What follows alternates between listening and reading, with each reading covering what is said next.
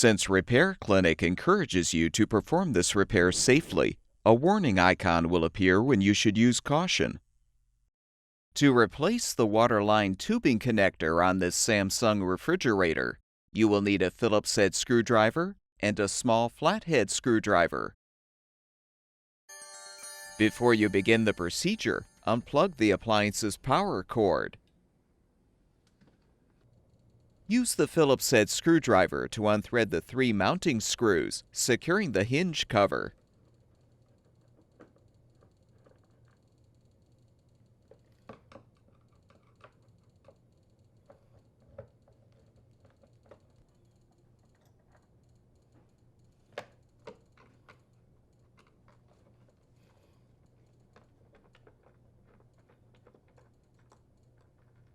Set the cover aside. Depress the retaining ring to release the outgoing water line from the tubing connector.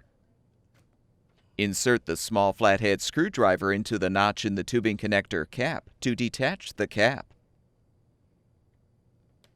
You can now depress the incoming water line retaining ring to fully remove the old connector. To install the new waterline tubing connector, fully insert the incoming water line into the red end of the connector. Then snap the cap onto the connector. Fully insert the outgoing water line into the opposite end of the connector. Reposition the cover and rethread the 3 mounting screws.